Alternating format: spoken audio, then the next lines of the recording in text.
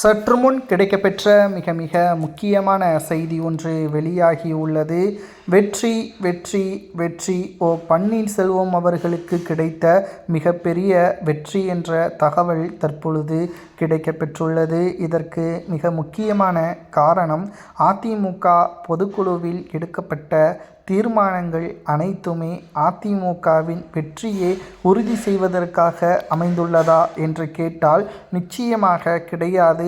அதிமுகவின் பொதுக்குழு செயற்குழு தோல்வியில்தான் முடிந்திருப்பதாக அரசியல் வட்டாரத்திலும் அதிமுகவின் தொண்டர்களும் கூறுகின்ற வகையில் அமைந்துள்ளது.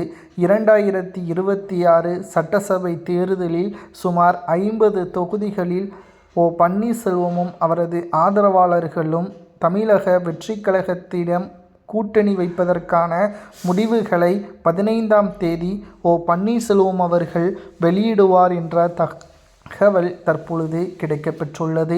2026 சட்டசபை தேர்தலை பொறுத்தளவிற்கு ஓபிஎஸ் அவர்களை அதிமுகவில் இணைப்பதற்காக பொதுக்குழு செயற்குழுவில் சில தீர்மானங்கள் விதிக்கப்படும் என்று எதிர்பார்க்கப்பட்டது. ஆனால் எடப்பாடி பழனிசாமி அவர்கள் அவரது பதவியை தக்க வைத்துக் கொள்ள வேண்டும் என்பதற்காக மட்டும்தான் முடிவுகளை வெளியிட்டிருக்கிறாரே தவிர அதிமுக வெற்றியடைய வேண்டும் என்ற எந்த ஒரு எண்ணமும் எடப்பாடிக்கு இல்லை என்பதை தெள்ளத் தெளிவாக நம்மால் புரிந்து கொள்ள முடிகிறது. இனியும் எடப்பாடி பழனிசாமியை நம்பினால் அதிமுக தோல்வியை தான் தழுவும்.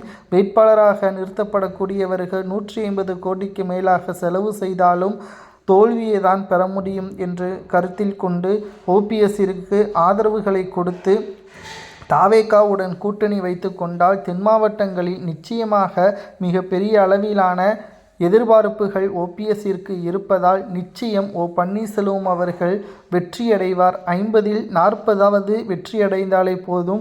2026 சட்டசபை தேர்தலில் யார் ஆட்சி அமைக்க வேண்டும் என்ற முடிவு ஓபிஎஸ் கையில் அமையும் என்ற தகவல் சமூக வலைதளங்களில் வைரலாக பரவி வருகிறது. மத்திய உளவுத்துறை கருத்து கணிப்பில் அதிமுக ஒருங்கிணையவில்லை என்றால் 3வது இடம்தான் என்று மத்திய உளவுத்துறையும் கருத்து கணிப்புகளை வெளியிட்டுள்ளது.